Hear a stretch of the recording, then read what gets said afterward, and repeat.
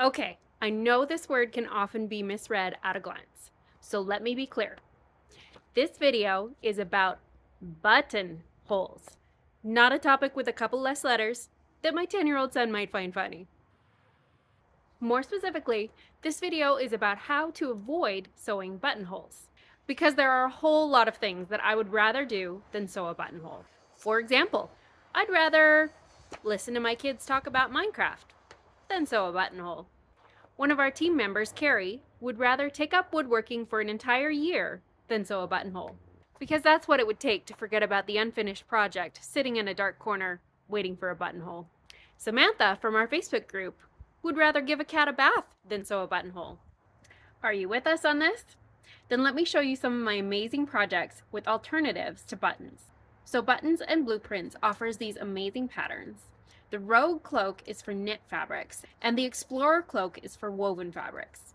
The Explorer has set-in sleeves, so it's got a seam here instead of here. So the Rogue has these raglan sleeves. But apart from the sleeve difference and the fit, because obviously the Explorer is going to need more room for woven fabrics, the options for these patterns are all the same. And both are surprisingly easy to sew, except that they call for buttons. And well, I would rather film a video outside in -6 degrees than sew a buttonhole. So here's how I get around that. So first the inside. So what I do is I sew a little loop of elastic under this seam here between the hood and the front. Basically, I just tack it in there, and then when I top stitch the seam allowance down, it covers the end of the elastic. And I hand stitch a button on the inside to the seam allowance.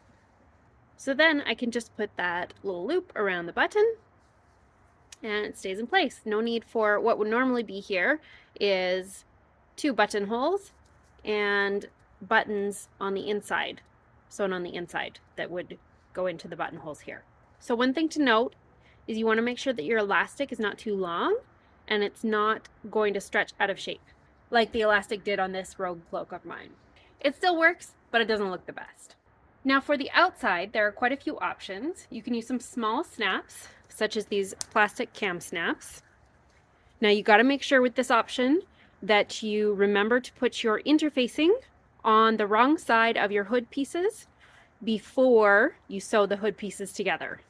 And these snaps were actually pretty stiff at first when I made this one, and I think it's because I didn't use quite enough or thick enough interfacing, because when the fabric stretches at the snaps, it makes it harder to get enough tension to pull them apart.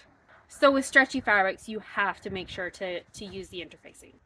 You can use large sew-on snaps like these. And my favorite thing about using these is that I can sew on real buttons on the front that look nice, but there's the snaps underneath, no buttonholes. It takes a little time to do the hand sewing, but it's pretty easy hand sewing, and I like that I can do it in front of the TV.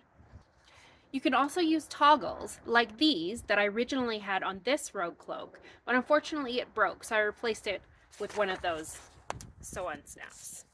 And my friend Anisha also used this method, sewing some ties into the seams. I love how this looks, and I want to try this too. So like I said, these cloak patterns are surprisingly easy to make. They have very simple seams. The only tricky part is that a couple of the seams go right up to the edge. So you've got to make sure that they align properly. And I recommend sewing these seams. So this is the hood, and then there's also one at the bottom here.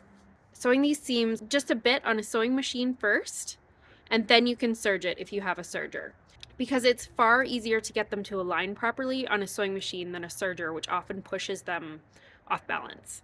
So I want to make more of this pattern, possibly even a lined version.